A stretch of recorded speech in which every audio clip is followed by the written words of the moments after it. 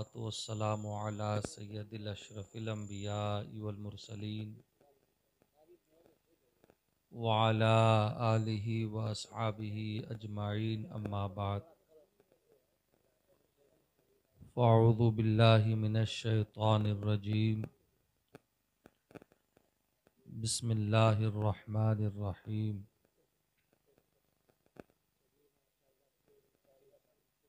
वल्लज़ी Arsala रसूलहु bill हुदा व दीनिल हक़ लियुज़हिरहु अलद्दीन कुल्लिहि वलौ करिहल मुशरिकून। सदक़ल्लाहुल अलिय्युल अज़ीम व सदक़ रसूलहुन नबियुल अमीनुल मतीनुल करीम व नहनु अला ज़ालिका लमिनश शाहिदीन व शाकिरीन व ज़ाकिरीन वल्हम्दुलिल्लाहि रब्बिल आलमीन। मुअज़्ज़ज़ व मोहतरम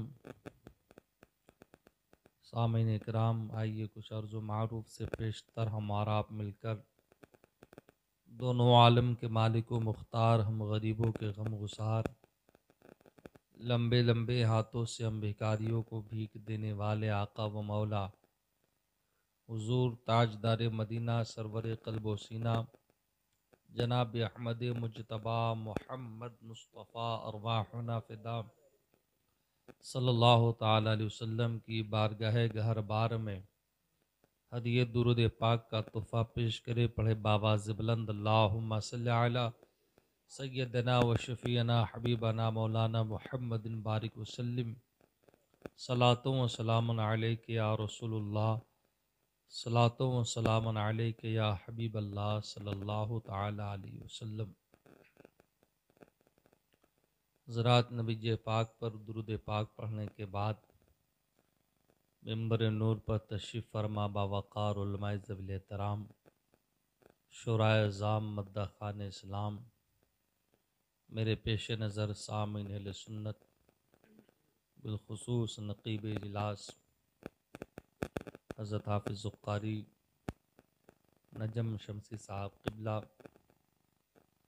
सना ख़ान मुस्तफ़ा आले जनाब ग़ुलाम साबिर साहब क़िबला, माता अब्दानी साहब क़िबला व ज़हर फुलपुरी साहब क़िबला, पर्दे में रहकर समाअत करने वाली इज़्ज़त माब मेरी माँ और बहनों, अस्सलामु अलैकुम व रहमतुल्लाहि व बरकातुहू।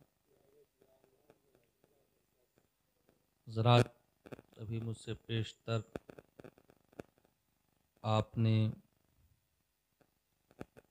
बड़े भाई ग़ुलाम साबिर साहब क़िबला से भरपूर नातो मनक़बत की अशार को समाअत किया है। थोड़ी देर के लिए मैं आपके सामने हाजिर आया हूँ। ये महफ़िल पाक आली जनाब हाफिज़ अब्दुल रहीम साहब क़िबला के जानिब से सजाया गया है, जिसमें हमारी और आप सबकी हाज़िरी की सआदत हासिल हो रही है। जिस तरह उन्होंने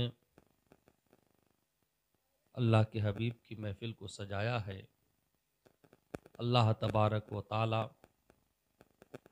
इनको, इनके घर बार को, ख़ानदान, रिश्तेदार को, अहलो अयाल को, बिलखुसूस इनकी बेटी को अल्लाह अपनी अनवारो तजल्लियात से सजा दे। ज़रात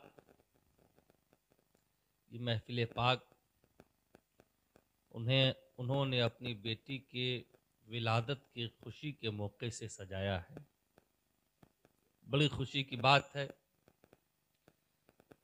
यहाँ तो लोग, अगर किसी के घर में बेटी पैदा हो जाए तो कई दिनों तक उनका मिजाज जो है खट्टा हो जाता है। आदमी कहता है यार क्या बताऊं, बेटी ही बेटी पैदा हो रही है। लेकिन एक बाप ने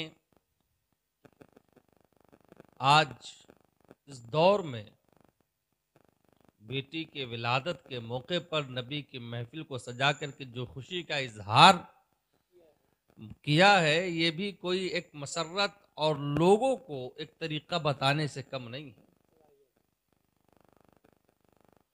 सरकार ने इरशाद फरमाया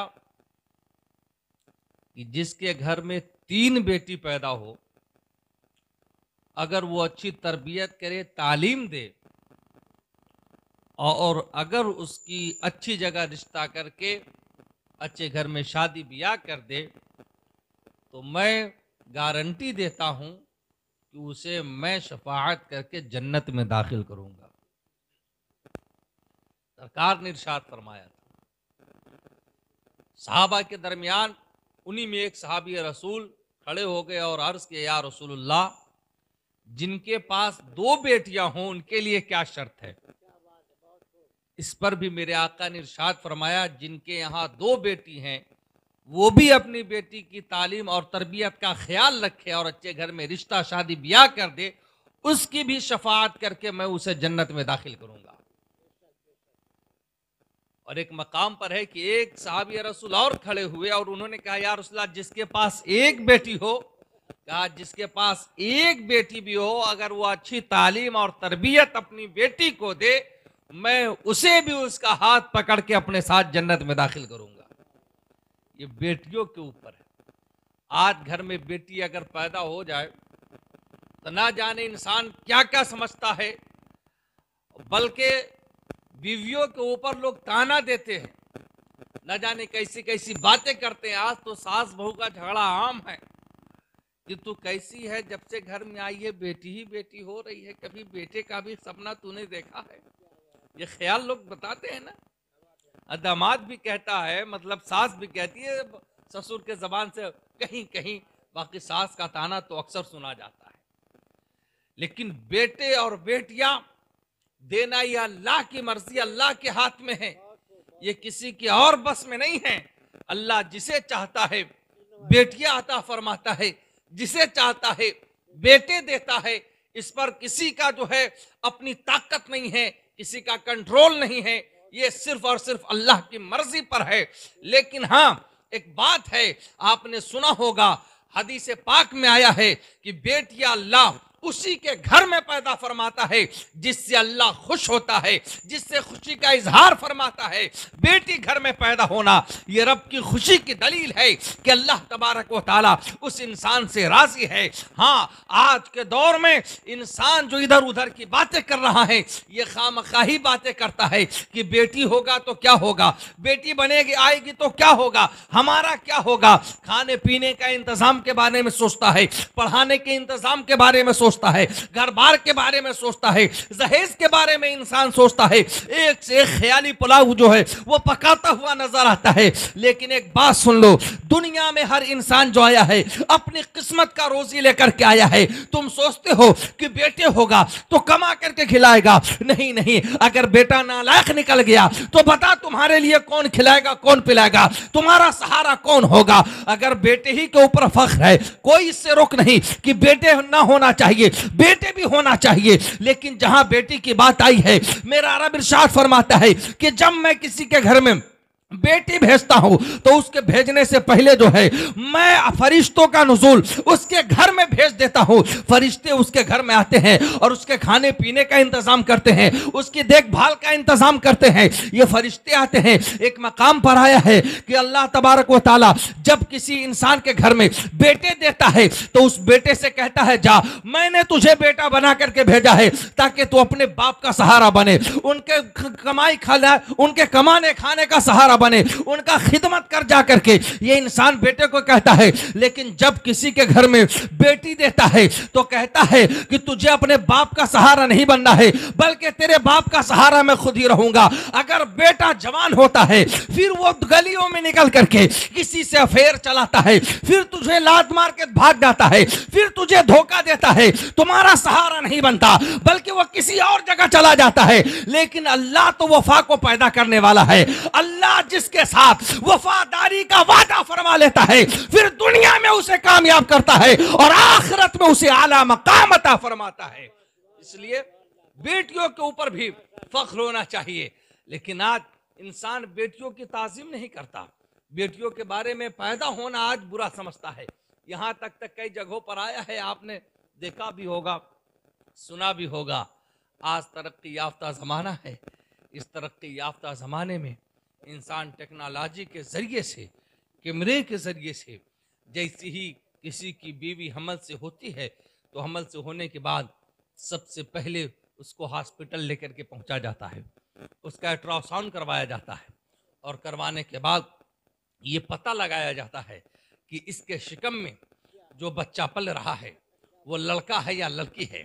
ये पता लगाता है डिजिटल कैमरे के जरिए से, और अगर पता लग जाए कि इसके शिकम में जो बच्चा पल रहा है वो बेटी के सूरत में है, बेटा नहीं है, तो आजकल के माँ बाप क्या करते हैं, कुछ बहनें भी ये काम करती हैं, कहती है इस बच्चे को गिरा दिया जाए, इसको खलास कर दिया जाए, इसका कत्ल कर दिया जाए। ऐसा होता है कि नहीं होता? लोग करते हैं, कहते हैं कि ये कत्ल कर दिया जाए इसको। लेकिन जब बात सुनते हैं उलमा की तकरीर को कि पहले के ज़माने में जो जाहिलियत का ज़माना था तब जाकर के लोग ऐसे करते थे, अरब के सरजमी पर जब हुजूर नहीं आए थे, जब इस्लाम नहीं आया था, तब जाकर के ये काम होता था कि इंसान के घर में अगर बेटी पैदा हो जाती तो बाप जो है अपने हाथों से बेटियों को कत्ल कर देता था, बेटियों को कब्र के अंदर दफना देता था। लोग कहते हैं उस वक्त के लोग बड़े जालिम थे, अपने बेटियों को जो है अपने ही हाथ से अपने कब्र में जो है उसे दफना देते थे। लोग ये कहते हुए नजर आते हैं बड़े जालिम थे, लेकिन उस वक्त के लोग तो जालिम थे, कोई शक नहीं, लेकिन आज के दौर के लोग भी उससे भी कहीं ज्यादा जालिम बनते हुए नजर आते हैं। अरे वो लोग तो जालिम थे, लेकिन जब बेटी पैदा होती थी, कुछ बड़ी हो जाती थी, चलने फिरने के काबिल हो जाती थी, तब जाकर के वो कब्र में दफनाते थे। लेकिन आज का तरक्की याफ्ता जमाने का लोग आज क्या कर रहा है, बल्कि उससे पैदा भी नहीं होने दे रहा है, चंद लुकमे भी खाने की भी उसे मैसर नहीं होते हैं, चंद कदम चलने भी जमीन पर उसे नहीं देता, बल्कि मां के शिकम ही में उसको कत्ल कर देता है, उसका खून कर देता है। बता वो जालिम थे जो बेटियों को पैदा होने के बाद उसका दफन करते थे, उसका कत्ल करते थे, उसका खून बहाते थे, कि आज तरक्की याफ्ता जमाने के लोग ज्यादा जालिम हो गए हैं कि बेटियों को पैदा भी नहीं होने दे रहे, मां के शिकम ही में उसका खून कर रहे हैं, उसको कत्ल कर दे रहे हैं। वो ज्यादा जालिम थे कि ज्यादा जालिम हम हैं, तो कहीं ना कहीं देखना पड़ेगा जिस पैराहे पर वो चल रहे थे, धीरे धीरे अब हम भी उसी गुनाहों में मुलविस होते जा रहे हैं, उसी गुनाह को करते हुए नजर आ रहे हैं। इसलिए मेरे दोस्तों, जिस तरीके पर वो लोग थे उस तरीके पर ना चलो। मेरे सरकार ने इरशाद फरमाया बेटी जो है ये रहमत बन करके घर में आई है, इसलिए बेटियों को रहमत समझो। ये बेटी किसी के लिए जो है बेसुकूनी नहीं, बल्कि बेटी सुकून बन करके आती है। बेटी जब घर में पैदा होती है तो बाप के लिए जो है वो रहमत होती है, बाप के लिए रहमत होती है।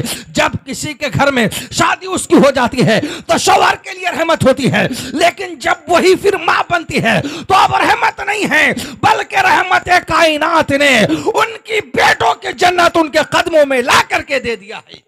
ये बेटियों की शान है, ये बेटियों का मकाम है। हम और आप किस जगह हैं? बेटियों की शान को अल्लाह ने बहुत बुलंद फरमाया है।